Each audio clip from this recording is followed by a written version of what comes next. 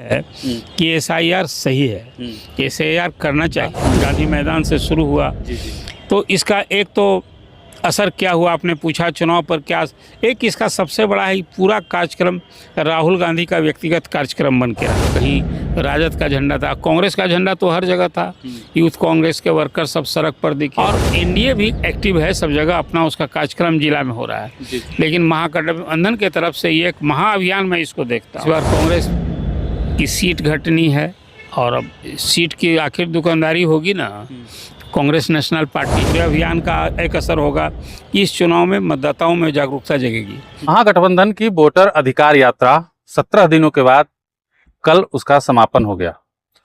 इस यात्रा में महागठबंधन के नेता ने, महागठबंधन की पार्टियों ने क्या खोया, क्या पाया और इससे बिहार की राजनीति में कितना बदलाव होगा और जनता पे इसका कितना असर होगा, तमाम बातों की जानकारी लेने के लिए अभी हम पहुंचे हैं विधानसभा में। हमारे साथ वरिष्ठ पत्रकार अरुण पांडे जी हैं। सर, क्या लगता है महागठबंधन का जो ये यात्रा है, इससे बिहार की राजनीति में क्या बदलाव हो सकता है? ये बिहार की राजनीति में बदलाव के लिए तो यात्रा थी जी। अभी बिहार में चुनाव के पहले एसआईआर हो रहा है, मतदाता सूची का विशेष गहन पुनरीक्षण का अभियान चल रहा है। ये हर साल मतदाता चुनाव जब होते हैं तो मतदाता सूची का पुनरीक्षण हुआ करता है, लेकिन ये जैसा मैंने आपको बताया विशेष सघन ये 2003 के बाद हो रहा है। अब ये जब एसआईआर जिसको शॉर्ट में आप कहते हैं, ये जब इसकी चुनाव आयोग ने फैसला लिया तो पहले इसके टाइमिंग को लेकर विपक्ष ने विरोध किया, सवाल उठाया कि चुनाव के 2 महीना पहले आप क्यों कर रहे हैं। बिहार में कोई 8 करोड़ से अधिक मतदाता थे, जिसमें चला ये जून महीने भर चला, इसके बाद जुलाई में पूरा ये अभियान चला और जुलाई में जब लास्ट सूची आई तो उसके बाद हुआ कि उसमें 7 करोड़ 24 लाख मतदाता बच गए, बाकी 65 लाख से अधिक मतदाताओं के नाम काट दिए गए। इसको लेकर हुआ कि लोग कोर्ट तक गए, सड़क पर विरोध हुआ, चुनाव आयोग में भी शिष्टमंडल मिला और कांग्रेस ने खासकर राहुल गांधी जो लोकसभा में विपक्ष के नेता हैं, इसको एक उन्होंने मुद्दा बनाया और कहा कि ये तो वोट चोरी हो रही है। आपको याद होगा एक प्रेस कॉन्फ्रेंस उन्होंने की और कहा कि महाराष्ट्र के चुनाव में, हरियाणा के चुनाव में, मध्य प्रदेश के चुनाव में चुनाव आयोग की मिली भगत से अब बीजेपी ने पूरा चुनाव में हेर फेर किया है, मतदाताओं सूची में भारी पैमाने पर नाम जुड़वा दिए गए, ये सब करके इसको एक वोट चोरी एक आरोप किया। अब वोट चोरी को एक मुद्दा बनाया और कहा कि बिहार में तो जो मतदाता सूची का ही गहन परीक्षण हुआ और 65 लाख जो मतदाताओं के नाम काटे गए हैं, ये वर्चुअली वोट चोरी ही है। मतदाताओं के नाम चुनाव के पहले ही काटे जा रहे हैं। तो ये तो जो मतदान का अधिकार है, संविधान प्रदत्त अधिकार है, इससे ही वंचित करने की तैयारी है। संविधान पर प्रकांतर हमला है और कहा कि बिहार में चुनाव के पहले ही संविधान पर हमला, लोगों के मताधिकार पर यह हमला हो रहा है, छीनने का काम हो रहा है। अब इसी को लेकर के मुद्दा बनाते हो तो मामला भी सुप्रीम कोर्ट में विचाराधीन है। सुप्रीम कोर्ट में बिहार में जो मुख्य विपक्षी दल है, राजद, कांग्रेस, सब लोग गए थे, तो एसआईआर को सुप्रीम कोर्ट ने नहीं रोका। मैं अपना व्यक्तिगत भी अपनी राय है कि एसआईआर सही है, एसआईआर करना चाहिए। जो उसका ध्येय उद्देश्य है कि कोई सही व्यक्ति, जो जेन्युइन व्यक्ति है, उसको मतदाता सूची में नाम रहना चाहिए। लेकिन कोई मर गए लोग या कोई 2 विधानसभा क्षेत्रों में नाम है तो उसको कैसे वकालत की जा सकती है। हाँ, उसके मतदाता सूची तैयार करने में जो एजेंसी काम करती है उसको एंसरेबल बनाना चाहिए। ये मतदाता सूची में आज तक आज़ादी के बाद जितने चुनाव हुए, अभी 18वीं विधानसभा का चुनाव जहाँ आप बात कर रहे हैं, 22 नवंबर तक नई विधानसभा बननी है, उसके लिए मतदाता सूची हो रही है। तो इसमें कोई जेन्युइन लोगों का नाम न छूटे, गलत लोगों का नाम नहीं रहे, ये छानबीन करके बनना चाहिए, हर लोग चाहेगा। लेकिन इसमें कुछ कमी रही, इसमें कोई संदेह नहीं है, इसलिए कमी ना दूर करना चाहिए कि अभियान ही गलत है, ऐसा कहना गलत है। लेकिन खैर, अब विपक्ष तो इसके लिए सियासत कर रहा है।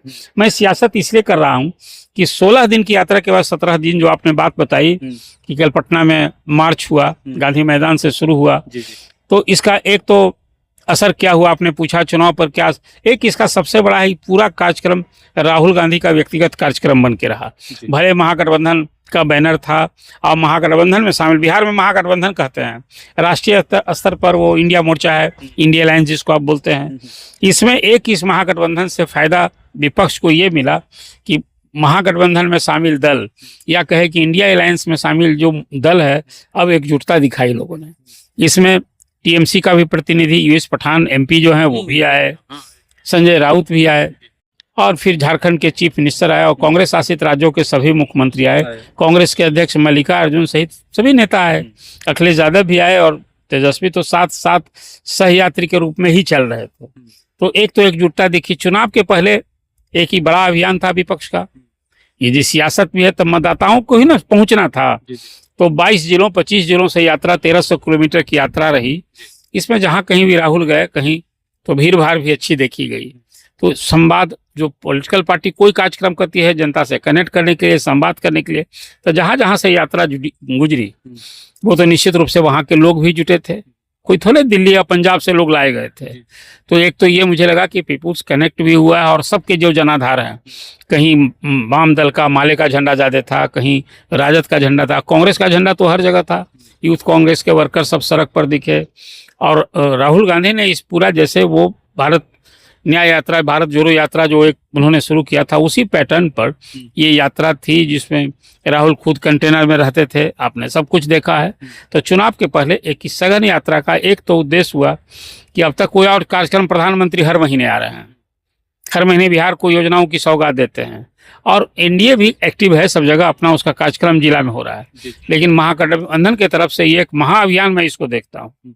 एक तो ये हुआ, इसमें दो बातें और गौर करने लायक है कि पूरी यात्रा में सवाल आप मीडिया के लोग करते रहे राहुल गांधी से कि भाई क्या तेजस्वी ही चेहरा होंगे, तो इस करने से बचते रहे। तो मैं मानता हूं कि अभी कांग्रेस स्ट्रेटजी के तहत तेजस्वी को सीएम का चेहरा के रूप में घोषित नहीं कर रही है। यो बैठे कहाँ है तेजस्वी ने खुद अपने को सीएम का चेहरा, सीएम का दावेदार घोषित कर दिए हैं। राहुल के सामने भी उन्होंने किया। लेकिन मैं समझता हूँ कि कांग्रेस को इस चुनाव में, जो पिछले चुनाव में 70 सीट मिलने का अवसर मिला था, वो घटना तय है। राजद को यह समझ में आया कि कांग्रेस पर जो हमें 70 सीट दे दिए थे इसलिए हम सत्ता में नहीं आए। पिछले चुनाव में 110 सीट महागठबंधन को मिला था, 125 सीट मिली थी एनडीए को, एक निर्दलीय थे और 6 और अन्य सदस्य थे। तो इस बार कांग्रेस की सीट घटनी है और अब सीट की आखिर दुकानदारी होगी ना। कांग्रेस नेशनल पार्टी है और एक जो अभी परसेप्शन बना हुआ कि कांग्रेस को यहाँ खोने के लिए है क्या। अभी आप 70 जीते, 70 लड़े 19 जीते थे, 19 में भी कुछ विधायक पहले ही टहल गए हैं, सो आपने देखा है। तो वो जो जीती हुई सीट पर उस पर फिर जीतने की चुनौती और सीट बढ़ाना यही ना है। सरकार तो कांग्रेस को बननी नहीं है। लगता है कि जिस तरीके से यात्रा में राहुल गांधी और कांग्रेस उभर के आया, एकदम मजबूत हुआ, कांग्रेसी जग गए, सोए हुए जो थे, अब कांग्रेस मान जाएगी कि हमको कम सीट कांग्रेस इस यात्रा से मजबूत हो गए ऐसा आप कह रहे हैं। कि मैं नहीं मानता हूं कि इस तरह के कार्यक्रम करने या जो भीड़ जुटी वो सब वोट में तब्दील हो जाएगी, ऐसा आकलन नहीं करना उचित होगा। हाँ, ये बात सही है कि कांग्रेस एक लंबे काल के बाद ये कार्यक्रम की है और एक प्रदर्शन बड़ा उसका सशक्त प्रदर्शन रहा।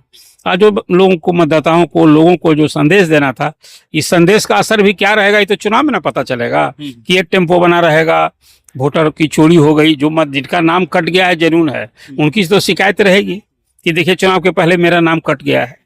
इसी सब लोगों को संदेश देना एक इस पूरे अभियान का एक असर होगा। इस चुनाव में मतदाताओं में जागरूकता जगेगी, वोटिंग का परसेंटेज भी इस बार निश्चित बढ़ेगा। और पिछले 2 चुनाव से मैं देख रहा हूँ कि खासकर महिला वोटर का टर्नआउट ऐसे भी बढ़ा है, पुरुषों से ज़्यादा महिलाएं वोट करती हैं।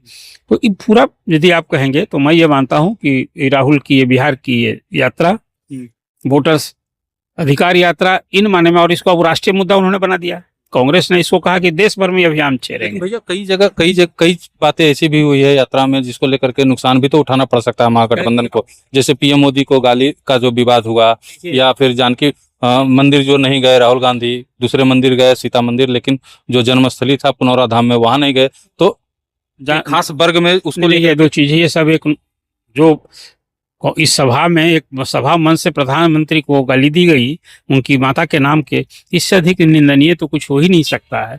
ये दुर्भाग्य है लोकतंत्र का। मैं हमेशा करता हूँ कि राजनीति में जो सार्वजनिक जीवन में रहने वाले लोगों उसको भाषा की मर्यादा नहीं खोनी चाहिए।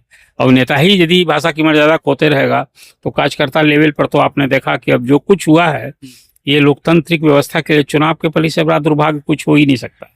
नहीं, ये तो हम देखिए, इसका तो विपक्ष बीजेपी और एनडीए ने इसको मुद्दा बना ही लिया है। तो अभी तो फिर वही कहते हैं कि जो उनके लोग हैं, जो महागठबंधन लोग हैं, वो तो उन पर थोड़े असर पड़ेगा। मैं इसको आप इस रूप में समझिए। अब वोट यहाँ जात के आधार पर होना है और मतदाता की भी जातीय गोलबंदी नेता के विशेष और पार्टी भी उसी हिसाब से है। तो ये जो खामियाजा भुगतने की बात कर रहे हैं ये आप, अब इसको लोग जस्टिफाई भी करने लगे हैं। देख रहे हैं आप कि भाई आप तो गाली को मुद्दा बना रहे हैं, प्रधानमंत्री भी इस तरह से बोला करते हैं, वो कितना सही था। हालांकि ये दुर्भाग्य है इस तरह का बचाव, इस तरह से जिस ढंग से गाली दी गई इसको हर लोग निंदनीय नहीं है, ये तो आपराधिक कृत है, गिरफ्तारी भी हुई है। उससे पल्ला झाड़ना चाहिए, जो दल से जुड़ा है उसको भी निकालना चाहिए था। अंतिम सवाल मेरा ये रहेगा कि जिस उद्देश्य से ये यात्रा की गई, ये उद्देश्य यही है कि महागठबंधन की बिहार में सरकार बने, तेजस्वी यादव मुख्यमंत्री बने, उद्देश्य तो मुख्य रूप से यही था। क्या लगता है ये उद्देश्य पूरा होगा? ये भविष्यवाणी हमसे करवा रहे हैं। अभी चुनाव हुआ नहीं, वोटिंग हुई नहीं, तो ये अभियान एक प्रयास न है। अभी कौन सा मुद्दा और उभरेगा? अभी तो ये रिजल्ट पर आप जा रहे हैं, यहाँ रिजल्ट घोषित है, अभी वोटिंग हुई नहीं। इस यात्रा से इस पे कोई असर होगा? असर ही डालने के, इस असर डालने के उद्देश्य से नहीं इस तरह का कार्यक्रम होता है। देखिए, कभी पहले दुकान खोली जाती है, सामान रखा जाता है, ग्राहक आता है, बिकता है, तो आप तो अभी जो कुछ कर रहे हैं ये अभियान से बस फतह हो जाना है। ये इस तरह का आकलन भी समय के पहले न कहना मुनासिब है। आई प्रचार में देखिए, कोई पार्टी घर बैठी रहेगी यदि, तो इसीलिए ये यही तो है, राजनीतिक अभियान है। ये अभी और इंतजार कीजिए, और मुद्दे आएंगे, लेकिन जो कुछ इसमें अप्रिय बातें सुनने को मिली है इसकी ना आवे ऐसा तो हम लोग यही कह सकते हैं। चलिए, भैया को सुन रहे थे आप, तमाम जो बातें थी उन्होंने एक एक चीज पर अपनी राय दी है और एक एक बिंदु को छुआ है इस यात्रा के बारे में, इस यात्रा का जो उद्देश्य था उसके बारे में। आपकी क्या राय है कमेंट बॉक्स में जरूर बताइएगा। मिलते हैं अगले वीडियो में, तब तक के लिए बने रहिए, देखते रहिए मगही न्यूज। धन्यवाद।